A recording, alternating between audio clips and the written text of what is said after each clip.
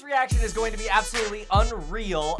Stephan is breaking the internet. He is known for reacting to CNBC's Millennial Money, and look what is literally premiering right now. Graham on Millennial Money. So let's react together. Here we go. I always believed that I would be a millionaire, and I think originally my goal was like to try to hit. Okay, I gotta interrupt right here. I know this is an early interruption, but look at the towels on his lights. He's got towels on his light. Like, I mean, I get it. I've done stuff like this before, especially when you need like a diffuser like right away on the fly, but this is like so Graham. And look, I know Graham in person. Here, let me just show you though.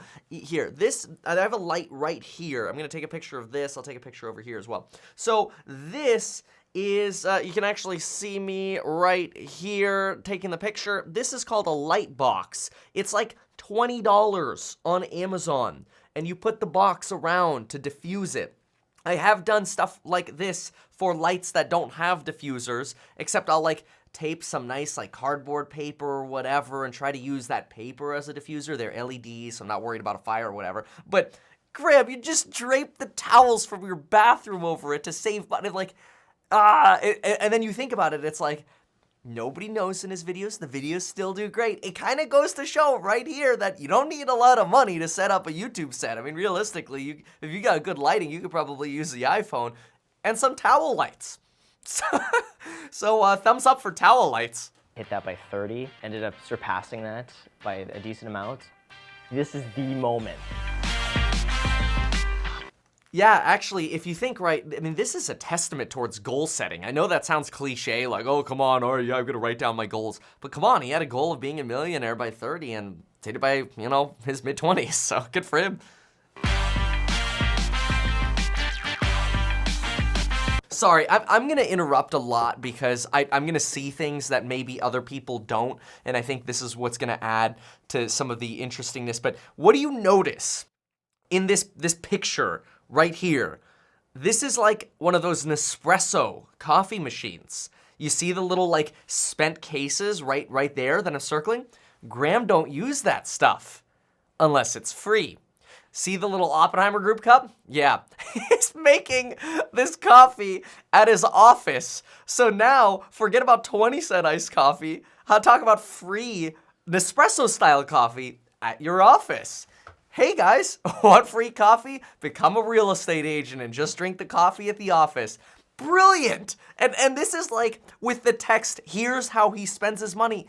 We know he doesn't spend his money. He's using towel lights. All right. And like, some people I know will leave jaded comments and they'll go, oh, come on, he's just doing that for the YouTube. I know Graham in person. This is him, okay? This is real.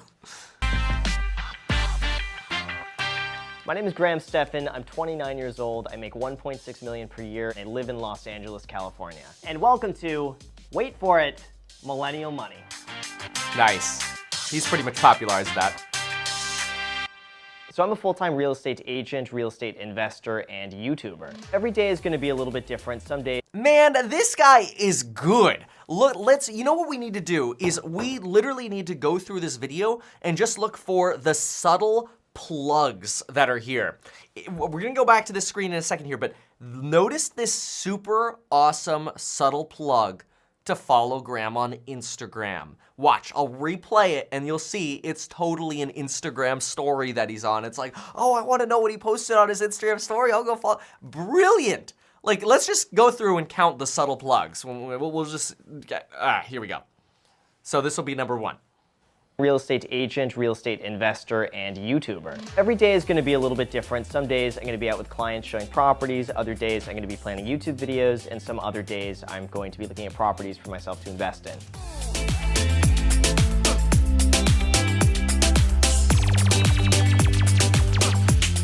My mortgage is just over $2,800 a month. The market value of the other unit next to me is about $2,500 a month. Then between the equity I get and the tax write-offs from using the garage as my office, it basically works out to be a free place for me to live. Yeah, let's look at that. So we know Graham got a killer deal on this duplex when he bought it probably somewhere around a couple years ago now. So his principal pay down on this deal, if he's got a payment of $2,800, he's probably paying down over $700 per month. And given the fact that his next door unit tenant pays $2,500 a month, and he gets to depreciate half the property, he gets to depreciate the garage space, so he's probably depreciating 60% of the property. He gets to write off his property taxes, he gets to write off his interest on his loan. The odds of him having to pay any taxes, any income taxes on the rent he's getting, probably next to nothing. So here you go, he's paying down $714 per month. That means with zero appreciation, zero increase in property value on what's probably, a $950,000 property now, he is gaining $714 per month, having a tenant basically pay for his house, and he doesn't have a living expense. That's amazing. And is also a testament to why buying real estate can be so amazing. Whether you're house hacking a house, you're getting something below market value, you're getting a multifamily. Unfortunately, now if somebody bought this duplex, let's see, if I put in $950,000 with 20% down, if somebody bought this duplex now, their payment would be significantly more. Their payment would be around $4,200. So you wouldn't be living for free anymore. But that's the benefit of buying real estate early and then keeping your real estate, not selling it when you move. Over time, your cash flow goes up, and what happens? Your payments stay the same. Brilliant. Come on, he doesn't have expenses. So I spend about $200 a month on groceries, and I do price shop between grocery stores. I'll kind of make the rounds and just stock up on whichever item is the cheapest at which store. Every morning I have my same 2 eggs with ham. Okay, hold on the 2 eggs there. First of all, we basically just explained that this big, 60% yellow thing shouldn't actually be there, given that he's pretty much living for free. So if we got rid of that, this would say Graham's typical monthly budget, and it would be somewhere around $2,100 per month, which, if you relate that to his income, is insane. Now, obviously, we don't have business expenses on this. This is just personal expenses, but a lot of people suffer from, I'm making more money. Let me go buy a bigger house, a bigger car, and all this stuff. Graham, on the other hand, buys a fancier car, buys a Tesla, which we've got listed here as $632 per month in expenses, yet then gets an over 6 million viewed YouTube video on that, which probably led to somewhere around 20 to 25 million channel views, given a growth in new audience now watching his videos. And if on 20 million views, he makes $14 per thousand, that means that Tesla made him $280,000, which the car only cost 50 something. So I think we can safely say that this whole mortgage part of the chart and the transportation part of the chart don't even belong here. Which is so counterintuitive, because you would think that somebody making a lot of money would spend a lot more. Insurance, $340, that's about what I pay too for health insurance. Food, $350 in total, eating out, groceries and all that. That's about right for a single person. Miscellaneous, $266. Entertainment, cat, Amazon Prime, and haircuts. Amazon Prime, I feel like a lot of people write that off as a business expense, but you can't forget the cat, Ramsey. Even though he got Ramsey for free, the cat does have some expenses. $220 for a gym. It's actually got to be a nice gym, because you could pay $30 a month for a gym membership. So, well, hey, good for him. Utilities and Wi-Fi, so internet, $200. That's really low. I mean, internet itself has to be about $100 worth of that. But I guess, hey, if you're a single person and you're charging at off-peak hours for your Tesla, you're probably only at $50 a month in electricity. So I could see this, water, trash, the rest, not bad. Credit cards, $129. That's for annual fees for the credit cards. Yeah, I mean, some of them, like the Amex Platinum, it'll cost you $450, but then once you back off all the credits and stuff you get, you are gonna have some leftover fees, so that's reasonable. $85 a month for the phone. Of course, all right, that sounds pretty dang reasonable. It's no expenses here, kind of like what we expected. Refuse to spend money on 2 things. Number 1, I think everyone knows, is coffee. I think it's absolutely ridiculous, the markup of coffee at Starbucks and Coffee Bean and a lot of those places out there, so I just make it at home for 20 cents. Also, designer clothing. The next plug! I mean, we could say, obviously, he plugged his YouTube channel and being a real estate agent, but the Instagram subtle plug, and there it is, the merch subtle plug, dislike on sub. Oh, brilliant. Coffee Bean and a lot of those places out there, so I just make it at home for 20 cents. Also, designer clothing. Don't see the point in going and spending $700 on Gucci shoes, so I end up saving about 99% of my income. Okay, that was brilliant. Not only did he subtly plug his merch, but then says, hey, why would you spend money on designer clothing? AKA, check out my merch shelf. Not designer clothing, not designer pricing, but still good looking. Brilliant. Income just because my income is so high and I keep my expenses so low, and most of the properties just kind of like pay for my living expenses. So anything else I make is really just seen as a bonus, and I save and invest it.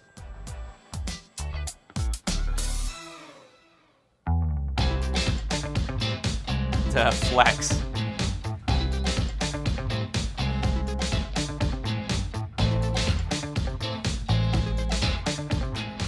So I got into real estate basically as soon as I turned 18 years old because I had no other options. I didn't get into college. I had really bad grades in high school, and I saw getting my real estate license honestly as a way where I could just get 1 year of work experience and then reapplying to colleges. But it turned out to be a career I really loved. So I ended up living with my dad for the first few years. I moved out in my early 20s, and that was when I bought another property. The first property I bought was when I was 21 years old. It was a short sale for $59,500 in San Bernardino. It was a foreclosure that was being sold by the bank.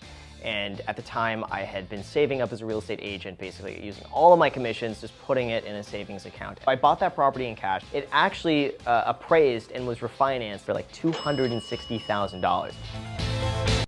There you go. It's real estate ownership. It's awesome. And it also, you know, this is actually another way I think Graham inspires people is, look, you can be in high school, you can leave high school, you could get a license, like a real estate license, and hey, look what you could turn it into. I mean, the same thing was true for me. I went from working at Jamba Juice and Red Robin to getting my real estate license and living at home with my in-laws and now my wife, Lauren. I was paying $200 a month in rent just to rent a room with my in-laws and started selling real estate. So it's amazing. The sky's the limit, really, in real estate. It's absolutely unbelievable. My investing strategy really hasn't changed since I was 21, and all of it has really just been about real estate. If anything, I'm just looking to buy more expensive real estate now that makes a little bit more money, but otherwise I've just kept doing the same thing over and over again. People are always looking for like, oh, well, I want to start with the cheapest possible real estate. Really though, if you buy an expensive, let's say, I don't know, it might be expensive in your area, a $500,000 house versus a $50,000 house, which one do you think you're going to make more money in for the same amount of effort? You meet a contractor to fix up the kitchen in the $500,000 house, it's pretty much the same work as fixing up the $50,000 house. It's just the more expensive of real estate you have, the more it appreciates, the more the rent goes up. It's a lot less effort and work. So that way you can balance making YouTube videos, being an agent, and being an investor. I would say 99.9% of the comments are so positive and so supportive. I absolutely love them, and it really feels like a sense of community. Then you get some funny ones. Oh, this is brilliant. The negative comments, at this point, I'm so used to them. Then after a while, I think I realized that it has more to do with them and their own problems that they portray onto you than it does about you. Okay, this is honestly the third plug right here. Watching Graham respond to those comments there, it's like, hey, inviting you, hey, if you leave a comment on my channel, I'll probably reply to you. I love it. It's like, oh, the subtle plugs are so brilliant. Oh, I mean, you know, before you know it, we're gonna have a screen in the background plugging his courses. All right, let's keep going. So right now, probably like 85% of my income is affiliated with YouTube in some way or another, and then the remaining 15% is through real estate sales or real estate investments. Honestly, though, I mean, ask yourself this. If 85% of your money, hold on, let's do this here. If 85% of $1.6 million was coming from YouTube or YouTube affiliated sources, that's $1.36 million. That means $240,000 is coming from being a real estate agent, which isn't unheard of. I mean, when I started, my first year as an agent, I made $35,000, then $60,000, then $135,000, and before you knew it, by my fourth year, I was making $240,000, $250,000, and it's gone up since then. But you've got to ask yourself, oh my gosh, if $240,000 is it from real estate sales, I mean, I just admire the guy for still even doing real estate sales, because it's just, the disparity is so massive at the point where he is because of his viewership. Wow. Good for you, man. That is awesome.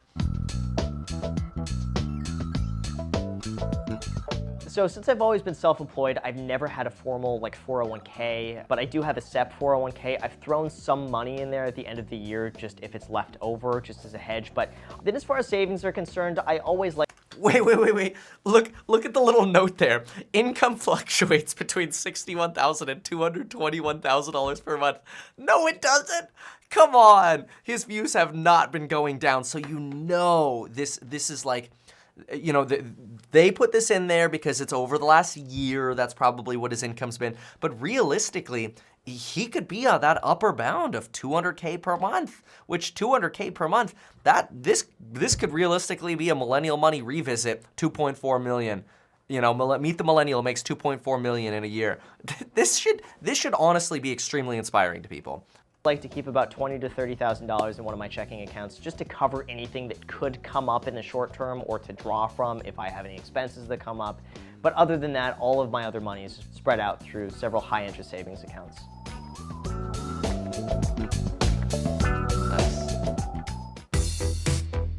So most of his money obviously in real estate and then in savings, which makes sense because if you have a competitive advantage in real estate, why would you invest in something else? What's the point of investing in even index funds if you could just wait for a good deal in real estate and buy that if you know you can get good deals? It's also from YouTube that I was really able to branch off into other aspects of this as well, in the sense that I was able to create 2 programs. One of them teaches people how to work as a real estate agent and build their career. The second program that I created was how to teach people to grow on YouTube. And look at the next 4th subtle plug. I love it. It's brilliant. Both of those this year have probably done a little bit over $300 and something thousand in sales. And since it's all online, that's pretty much all profit. There's almost no overhead whatsoever with that.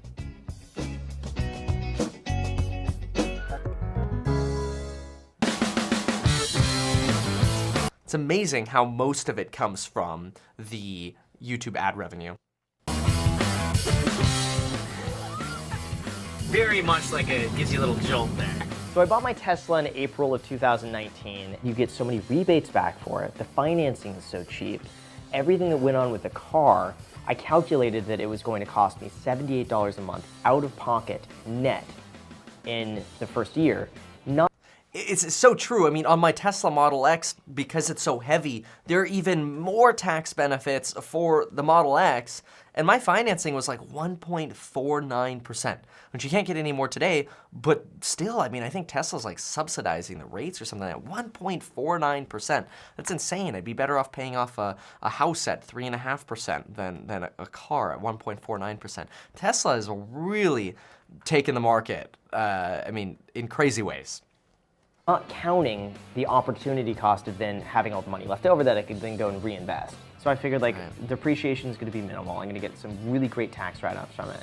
So it's going to almost be a free car. And I figured like, oh, you know, that's the video I'm going to make. Then that video ended up getting now almost 6 million views. I think the total cost of the car with everything. I could have sworn it had broken 6 million views, but that's awesome. All out the door with taxes and like all of the options, everything was like 44 grand. So I ended up making money from getting the car. Yep. Oh, this is awesome. Well, I think we only lost like 2 or 3 pasta noodles, so I think we did pretty good. So I have an amazing girlfriend, and her and I share a lot of the same values in terms of saving and spending. Oh, I had to process that. She just said, I think we only lost 2 or 3 pastas, so we're doing good. I love it. Money, and I find it fun that she is just as frugal as I am, so we can have a great time trying to figure out like where is the best happy hour spot and like how we could save a little bit more money doing this. And she's the one too that's also very encouraging of like, we don't have to go out tonight to happy hour sushi. She doesn't sound like that, by the way, but she encourages me to like, you know, we could go cook food at home, or instead of going out to see a movie, we could just pop something on Netflix. So one of the things we actually do when we go out is we will end up just splitting a meal, because usually I'm not hungry enough to eat the entire thing myself. And look at the 5th plug, the 5th plug. She's wearing his merch, the Avocado Toast Society. Oh, it's brilliant. Neither is she. So we could basically get food for 2 by paying for 1. It's really cool to have someone in your life like that who I see as just being an equal on every single level with the same mindset.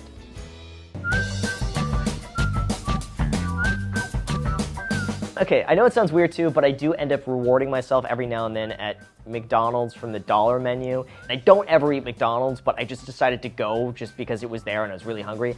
I had 2 of the double cheeseburgers from the dollar menu, and it was so good that now it gets to the point where I will purposely use that as an incentive to get all my work done, and if I'm able to do that before like midnight, I go and get the 2 double cheeseburgers. It's not something that happens too often, but it does become this thing where it's like, that's my treat. Thank you. Oh, it smells so good. There's something about the smell that's just like, how does it smell so good? That's actually a really good hack, by the way, right there. That's perfect. If you get your work done by a certain time, you get to reward yourself. I mean, another twist on that is like purposefully schedule a date night or something with your girlfriend or your spouse or whatever at, let's say, I don't know, 5 p.m. And then it's like the hours before that, you're usually so like, gotta get it done, gotta get it done, gotta get it done. And surprise, surprise, you get it done. It's funny though, if you don't have that 5 o'clock commitment, rather than getting it done by 5, it takes you like all night and then it goes on to the next day. Having those deadlines, even if it's just getting burgers, really good psychology there. It's actually like a psychological trick.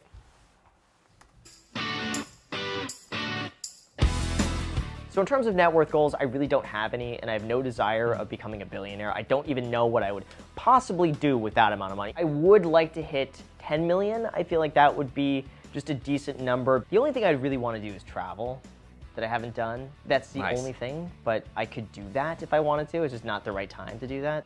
You don't need to be as extreme as I am. You don't need to skimp on every purchase at all. You don't need to work 12 hours a day, but you do need to think outside the box, and you do need to be creative and leverage your time appropriately. But I love it, and I love the challenge of saving and trying to handle my money well and grow it.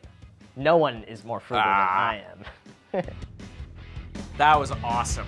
That was really good. I mean, honestly, Graham is an inspiration. He's the reason I'm on YouTube, and I am so grateful. I almost had tears in my eyes from that last scene there, just because I feel like I know Graham on a personal level, and everything he said it's so him. Like, nothing about Graham is fake. And so I'm gonna come out and just full on say that this is amazing, it's real, it's an inspiration, and congratulations on your success, buddy. That's awesome. Hopefully this inspires you as well. Thanks so much for watching, and until next time.